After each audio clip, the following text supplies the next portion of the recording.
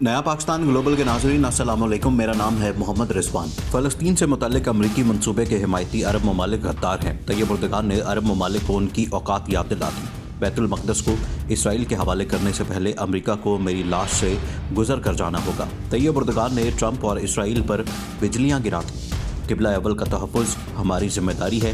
मुस्लिम उम्मा की खामोशी पर दिल खून के आंसू रोता है। वीडियो में मज़ीद आगे बढ़ने से पहले तमाम नए आने वाले दोस्तों से गुजारिश है कि हमारे चैनल को सब्सक्राइब कर लें, वीडियो को फेसबुक और व्हाट्सएप पर शेयर भी कर लें। तुर्की के सदर तैयब उर्दगान ने अमेरिका की जानिब से फ़लस्तीन इसराइल तनाज़े के हल के लिए मुजावजा मंसूबे की हिमायत करने वाले अरब ममालिक को गद्दार करार दे दिया। तुर्क सदर ने पार्लियामेंट में अपनी पार्टी के अरकान से खिताब करते हुए कहा कि बाज़ ऐसे अरब ममालिक हैं जो अमरीकी मंसूबे की हिमायत करते हैं।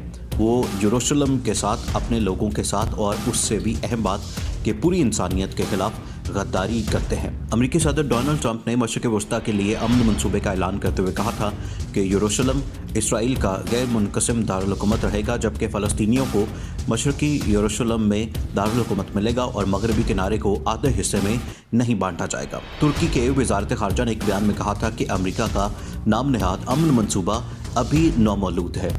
उन्होंने अमेरिका मंसूबे से मुतल्लिक़ कहा कि ये एक इल्हाक़ का मंसूबा है जिसका मकसद दो रियासती हल को ख़त्म करना और फ़लस्तीन के इलाकों को गस्ब करना है। पार्लियामेंट में खिताब करते हुए तुर्की के सदर तैयब उर्दगान ने मज़ीद कहा कि अगर खित्ते की सूरत हाल को फौरी तौर पर हल ना किया गया तो तुर्की शाम के शुमाल मगरबी सूबे अदलब में फ़ौजी ऑपरेशन शुरू कर सकता है, क्योंकि रूस की हिमायत याफ्ता शामी सरकारी फ़ौज के हमलों से तुर्की में पनाहगज़ीनों की एक नई लहर का खदशा पैदा हो गया है। अंकारा में खिताब करते हुए तुर्क सदर ने कहा कि तुर्की तारकीन वतन के ताज़ा आमद को नहीं संभाल सकता। ख्याल रहे कि तुर्क सदर ने कहा था कि रूस के हमले के बाद अंकारा सब्र से महरूम है। उन्होंने रूस पर खित्ते में तनाज़ात को रोकने से मुतल्लिक़ मुआहदों की खिलाफ वर्जी का इल्ज़ाम आयद किया।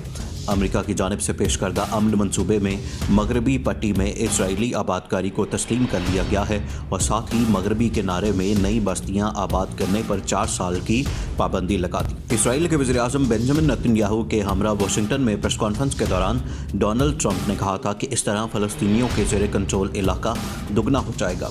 इस मंसूबे में अमेरिका ने इसराइल को स्ट्रेटेजिक अहमियत की हामिल वादी उर्दन को ज़म करने की भी मंजूरी दी, जो मगरबी किनारे का 30% इलाका है, जबकि दीगर यहूदी बस्तियों के इल्हाक़ की इजाज़त भी शामिल है।